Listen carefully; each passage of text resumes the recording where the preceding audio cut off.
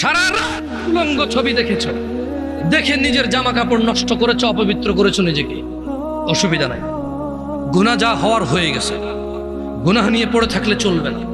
গুনাহ যা হওয়ার হয়ে গেছে, গুনাহ নিয়ে পড়ে থাকলে চলবে না।